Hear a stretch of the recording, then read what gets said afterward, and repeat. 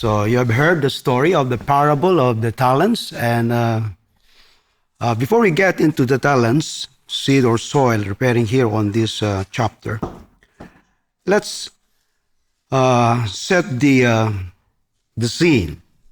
Where in Matthew chapter 24 and 25, Jesus is talking about the end times, not with prophecy, charts, and prediction, but with stories. So why? Why Jesus mentioned this? Why he used the parable of the talents? Because of his not handing out timetables, he's checking for the readiness. Jesus isn't just watching from the sidelines. He's coming back.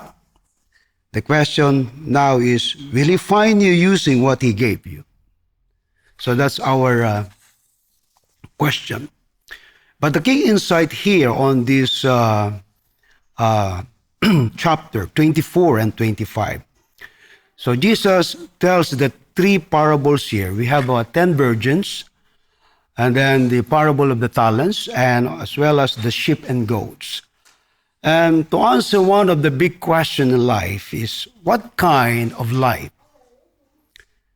pleases God while we wait for Jesus' return? So we have an answer already. An active life, or life of faithful, or life of risking, taking stewardship. In summary, perseverance. So we believe that as we persevere, that's the sign of faithfulness. All right? So,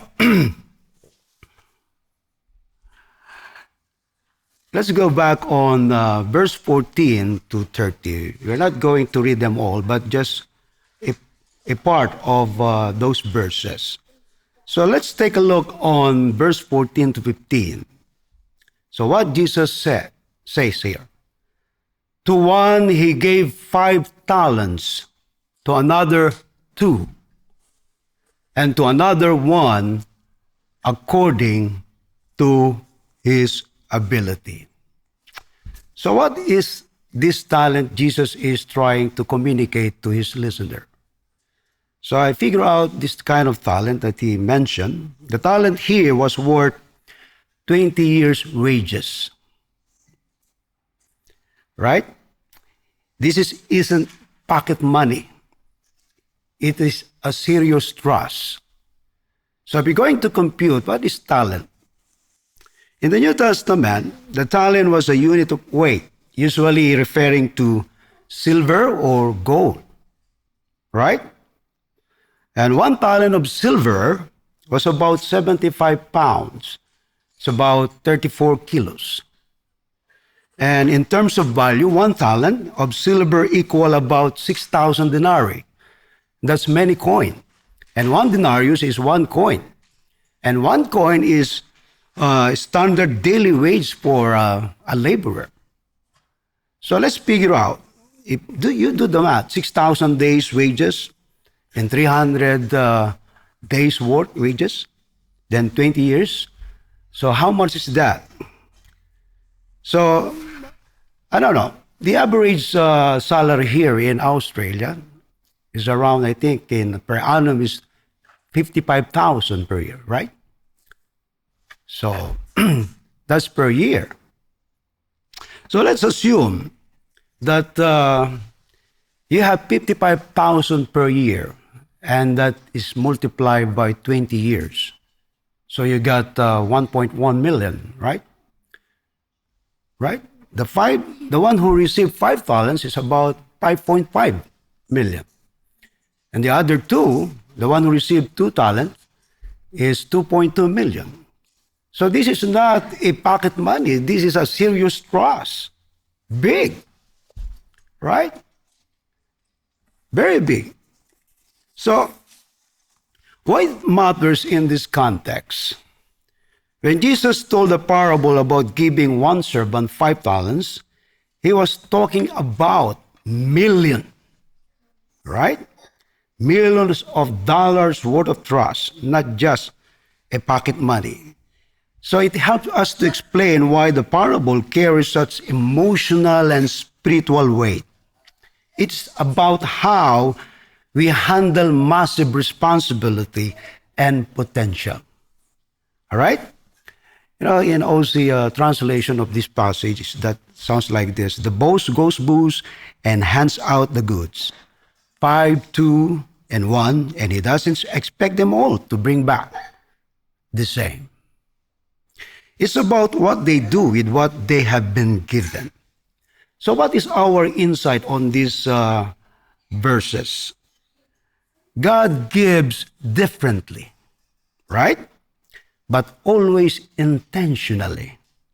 Not equal, but fair, right? So what is the application to us right now? So stop comparing your toolkits. You don't need someone else's talent to be useful. You just need to be faithful with your own. So we receive differently. All right?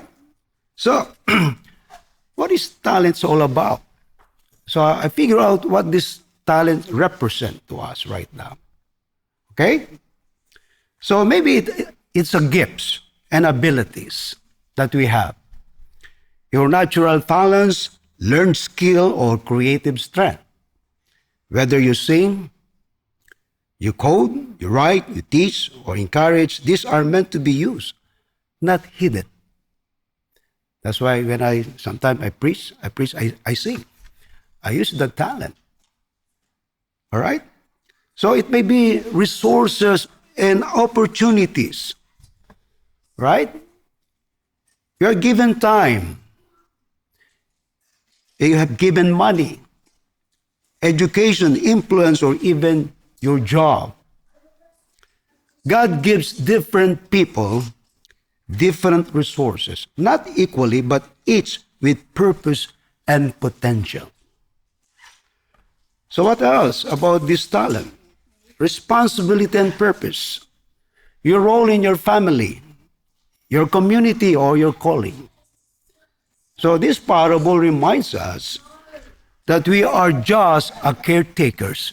We are not the owners, right?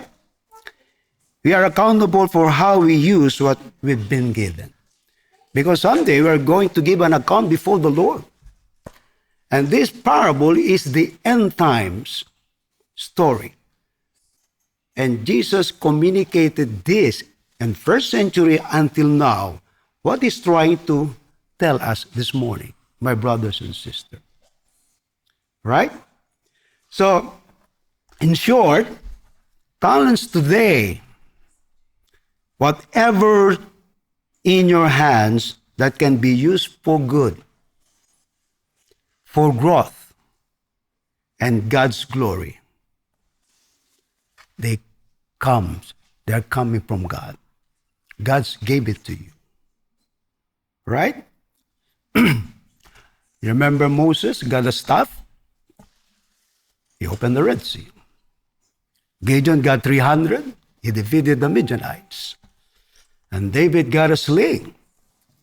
He killed Goliath. Those were given by God. So, on verse 16 to 18, let's see what happened here. The man with 5 went at once, so did the one with 2. All right, what happened to these 2? All right? And then the other one, what happened? But the one with 1 dug a hole, right? So this is very tragic circumstances to this last man. All right, in also translation, we have here, the 2 blocks get cracking, invest, take a risk, back themselves, but the third, he panics, digs a hole, and hides the gift like an old bow. What is the insight here on these verses? Faith takes action. Faithful aren't perfect. They just have a goal. Right? So we do not wait for the perfect condition or perfect circumstances to wait to use our given talent. So the application here on this passage 16 to 18 is, don't let fear freeze your faith. What is in your hand today? Maybe time. You know, my brothers and sisters, if you compute our 24 hours a day, I think we have the same hours, right? Unless you have 25 or somebody got 23. Everybody got the same per hours. We have 24 hours a day. If you compute that, break down that hours, all right? You got 8 hours of sleep. Do you sleep 8 hours? Maybe 6 to 9. All right? And then you got a job or work, 8 hours. Right? Including the commute, if you are commuting. Right? And then that is 16 hours already gone. How about the 8 hours remaining? I call that miscellaneous. So the miscellaneous computed like you have a meal preparation and then eat, and then you have a personal hygiene, right? Shower, grooming, etc. And then you have exercise. You got to move it. You walk, you gym, go to gym. So those are miscellaneous. What else? You have a leisure, of course, entertainment. You like TV, of course. You watch TV. We read. What else? Gamings or hobbies. So that's 2 hours. So if you compute that, you got 16 hours, 8 hours of sleep, 8 hours of work. And then, how about the remaining hours? Right? The social time, of course, we need that. Family time, we got 1 hour. And how about errands and chores? We got 1 hour. So compute that, we got now 23 hours. Where do we put the Lord on that 24 hours? Of course, we got time for the Lord. We have a quiet time and reflection, and that is 0.5. Journaling, your prayer, and as well as your meditation. 30 minutes. How about buffer? A flex time, another 30. So that 24 hours, if you're going to imagine that hours given to us by the Lord, and sometimes you feel guilty. What is our time for service to the Lord? Right? But don't feel guilty. Because everything we do under the sun, when we do it as unto the Lord, so you're not guilty. Because we do that for the Lord. Whether you sleep, whether you eat, whether you drink, that's for the Lord. Right? Okay? So those were time given to us by the Lord. So I'm happy to share this with you because, we only live for around maybe, if God given you 100 years, and that's a big bonus for your life. Right? Do you want to live up to 100? Or just maybe 70 years is enough. Right?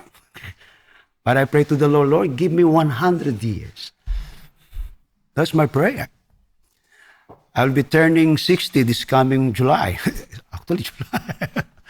So it's the grace of God that gave me another 40 years to serve Him. Praying for a long life to serve Him. And that's all grace by the Lord, given to us.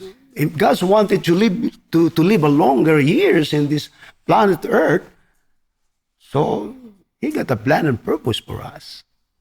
All right? Now, take a look on this verse 16 and 18, what happened here. Okay? The last one, he dug a hole. So what happened to him? So he's afraid. Now, on verse 19 to 23, after a long time, the master returned. All right? So this is a day of reckoning. Well done, right?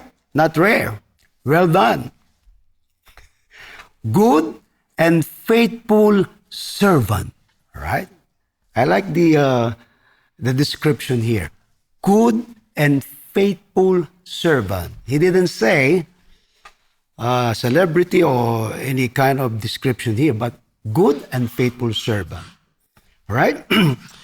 So here, after a long time, the master returned, and he said, well done and good and faithful servant. So the master doesn't say, you earn a fortune.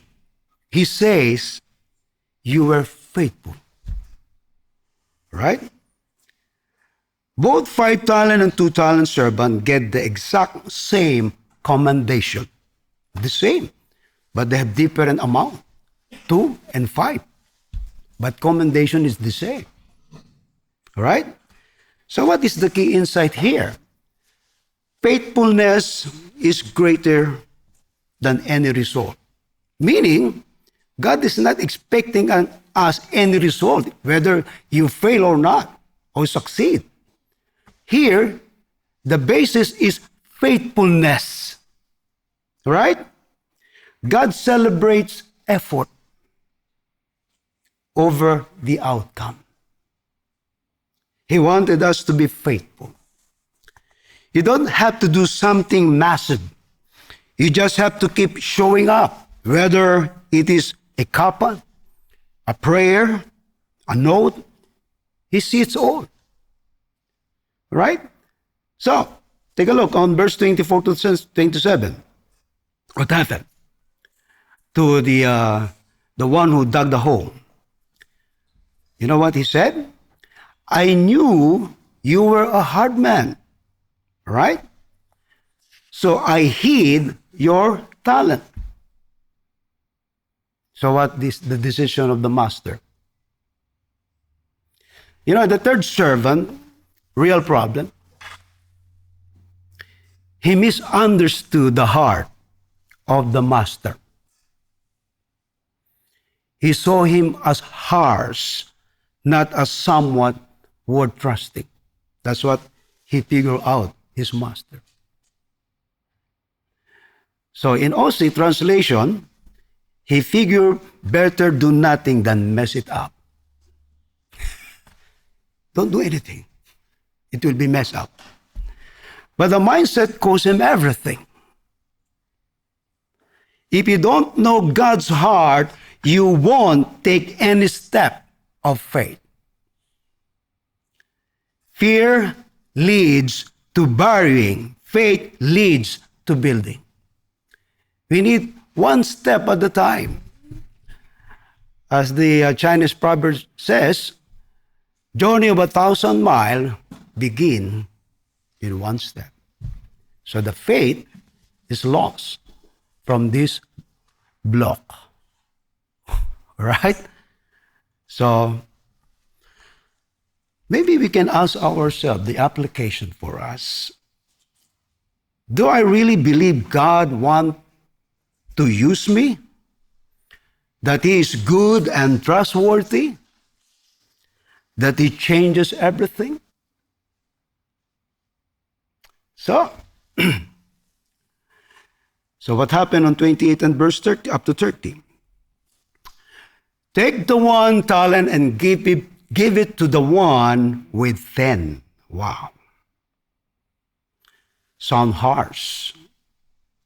This is a warning of use it or lose it. It's not a punishment, my brothers and sisters. It's principle.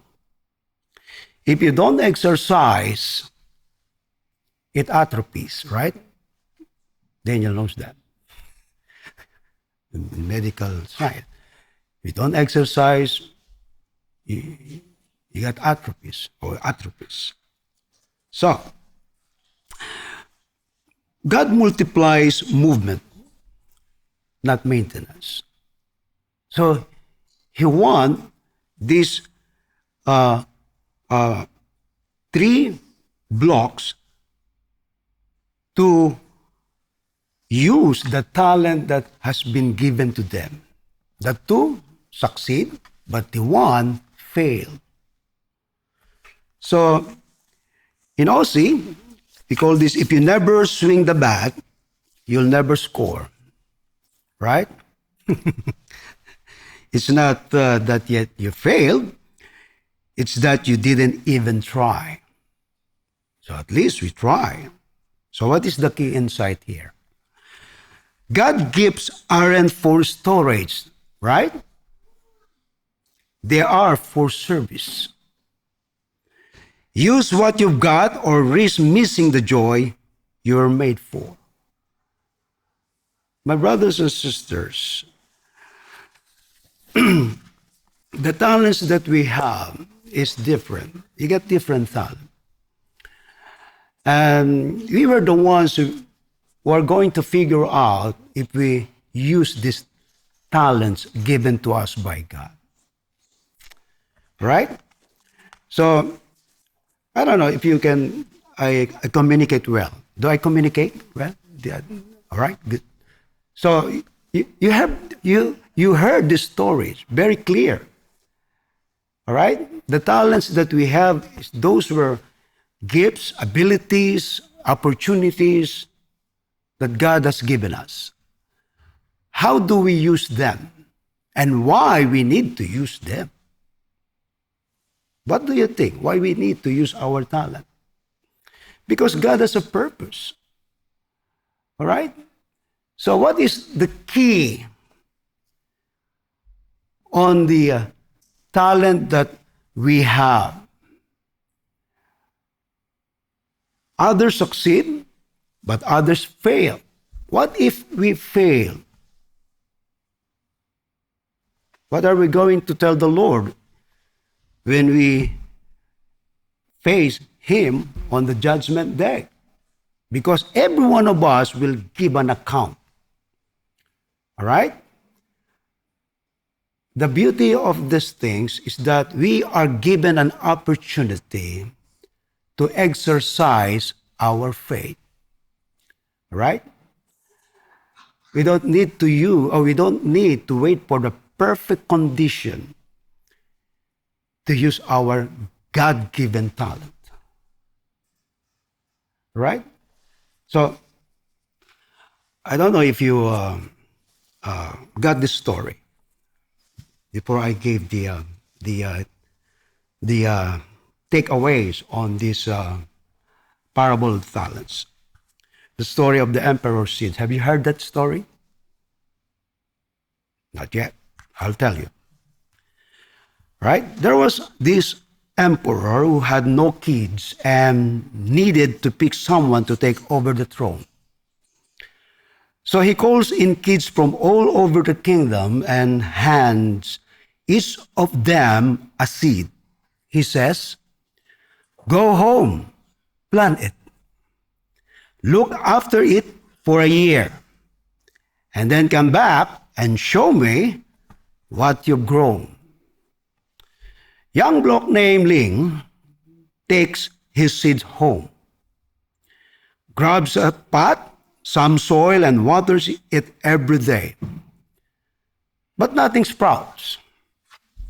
Meanwhile, all the other kids have plants shooting up. Flowers, shrubs, even little trees. A whole year goes by, still nothing in Ling's pot. Nothing. He's got it. Very disappointed. But his mom tells him, be honest. Show up with what you got, even if it is just dirt. So Ling rocks up to the palace with his empty pot, while the other kids show off their lush plants.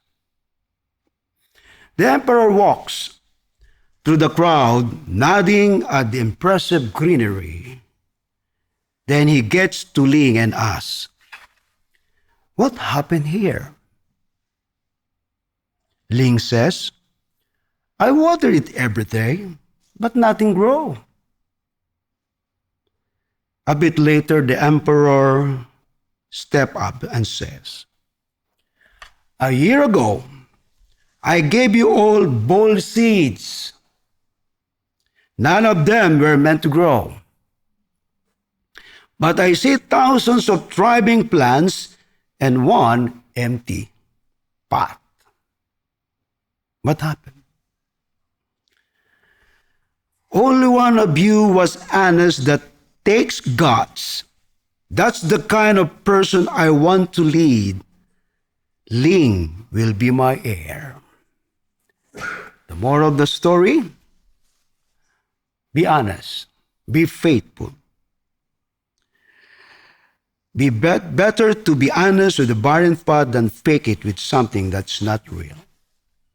So God is not expecting us to do a massive things in this life. He wants us to be faithful, whatever we have in our hands. Amen. So what's the big picture we're going to see here? All right? So here, this is a question that I'd like you to see here, to meditate. What kind of life pleases God while we wait for Jesus' return?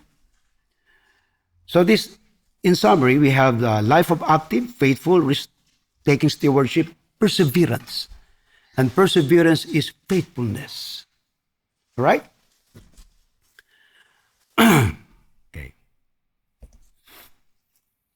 Right. This is the big picture here.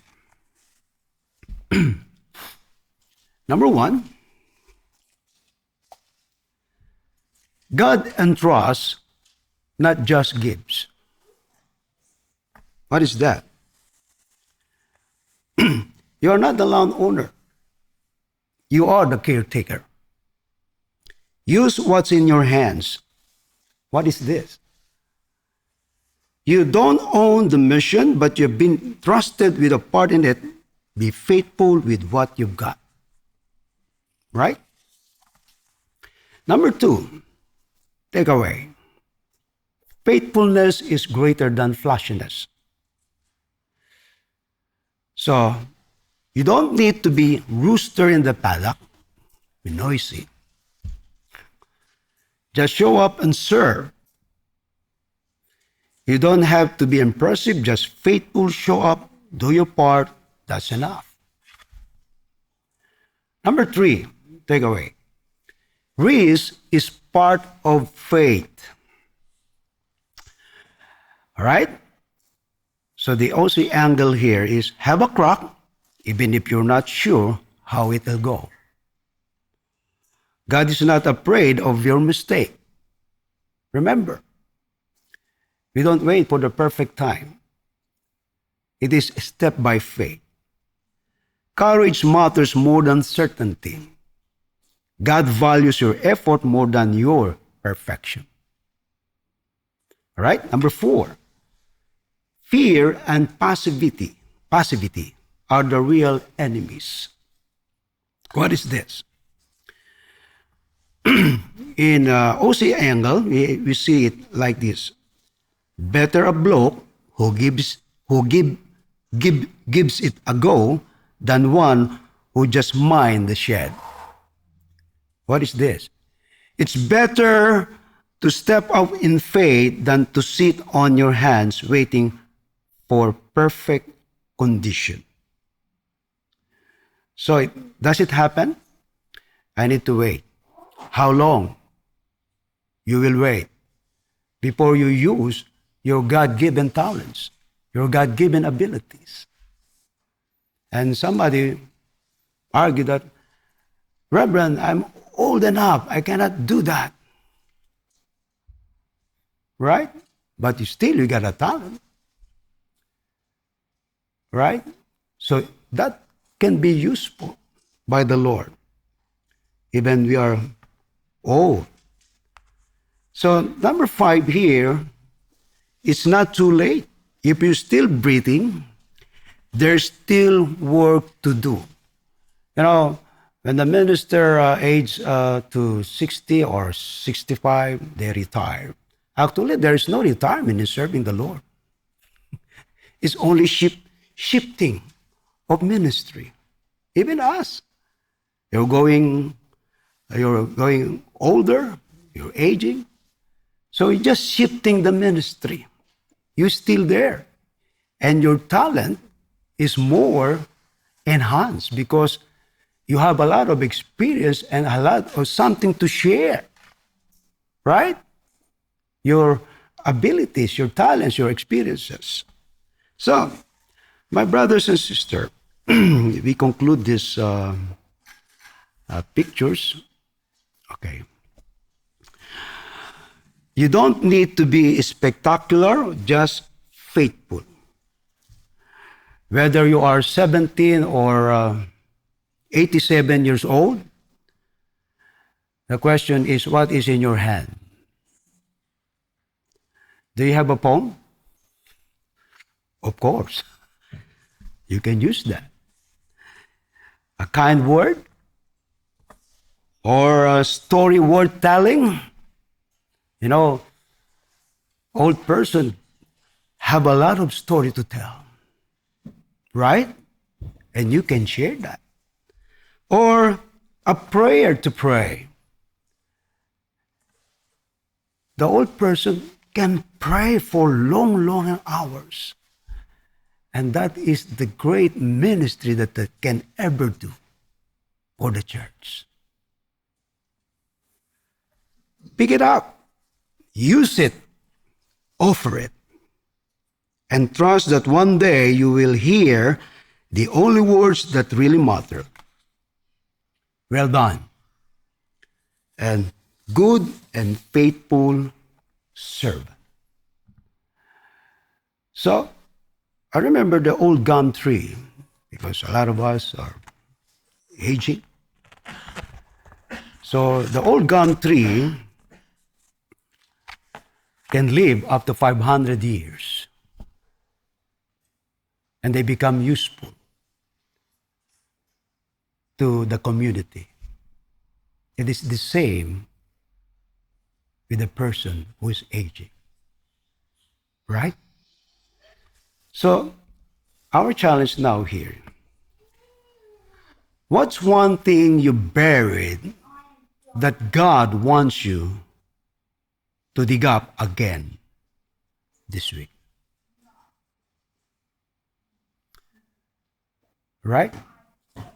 So let's meditate on this thing. So I believe and I hope that the parable of the talents communicated to us clearly and what it represents to what we have in our hands. The Lord is calling for those people, those Christians, to use their talents. Otherwise, you will face the Lord someday and greet you, well done and good and faithful servant, or take out this wicked and slothful servant away from me.